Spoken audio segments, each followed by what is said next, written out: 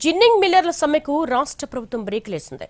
సమస్యలు పరిష్కరిస్తామని ప్రభుత్వం హామీ ఇవ్వడంతో సమ్మె విరమిస్తున్నట్లుగా జిన్నింగ్ మిల్లర్స్ అసోసియేషన్ ప్రకటించింది. కాటన్ కార్పొరేషన్ ఆఫ్ ఇండియా నిబంధనలపై సీసీఐ చైర్మన్తో వ్యవసాయ మంత్రి తుమ్మల సమావేశం నిర్వహించారు. రాష్ట్ర పరిస్థితులకు అనుగుణంగా సీసీఐ పనిచేస్తుందని చైర్మన్ స్పష్టం చేశారు. తెలంగాణలో జిన్నింగ్ మిల్లుల అసోసియేషన్ సమ్మె విరమించింది. Cotton corporation of India CMD Lalit Kumar Gupta ginning మిల్లర్ల అసోసియేషన్ తో మంత్రి తుమ్మల నాగేశ్వరరావు చర్చలు జరిపారు. జిన్నింగ్ మిల్లర్లు తమ సమస్యలను మంత్రికి వివరించగా వారి సమస్యలను పరిష్కరించేందుకు కృషి చేస్తారని మంత్రి హామీ ఇచ్చారు. రైతుల సమస్యలను రెట్టింపు చేసేలా జిన్నింగ్ మిల్లుల యాజమాన్యాలు సమ్మెకు దిగడం సమంజసం కాదని మంత్రి తుమ్మల చెప్పారు. జిన్నింగ్ మిల్లుల సమస్యలపై సమ్మె లాంటి విధానంతో కాకుండా సామరస్యంగా కేంద్రంతో పోరాడదామని, అందుకోసం ప్రభుత్వం పూర్తి సహకారం అందిస్తుందని తెలియజేశారు.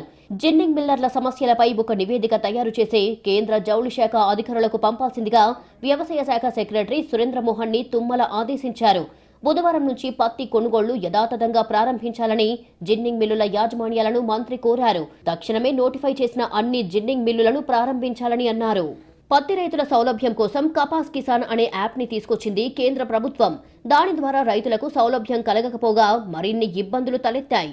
నమోదు ప్రక్రియలో మొబైల్ ఓటీపీలో సమస్యలతో రైతులు ఇబ్బందులు పడ్డారు. ఎలాగోలా యాప్ నమోదు చేసుకున్న రైతులు తమ పత్తిని కొనుగోలు కేంద్రాలకు తీసుకెళ్తే అక్కడ కూడా మరో నిబంధన పెట్టింది సీసీఐ. సీజన్ మొదట్లో ఎకరానికి 12 క్వింటాల లెక్కన కొనుగోలు చేసిన సీసీఐ ఒక్కసారిగా ఆ పరిమితిని 7 క్వింటాలకు తగ్గించింది. తేమ శాతం అనే మరో కఠిన నిబంధన పెట్టి రైతులకు ఊపిరి సలపకుండా చేసింది. 8 నుంచి 12% తేమ ఉన్న పత్తిని మాత్రమే కొంటామని స్పష్టం చేసింది. జిన్నింగ్ మిల్లులను L1 నుంచి L12 వరకు విభజించింది సీసీఐ.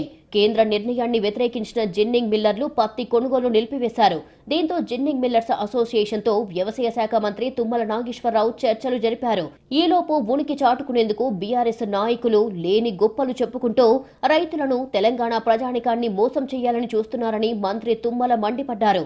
ప్రభుత్వం చొరవ చూపి జిన్నింగ్ మిల్లుల యాజమాన్యాలతో మాట్లాడి వారిని ఒప్పిస్తే అదేదో తాము ప్రశ్నిస్తేనే చేసినట్టు గొప్పలు చెప్పుకుంటూ తిరుగుతున్నారని విమర్శించారు.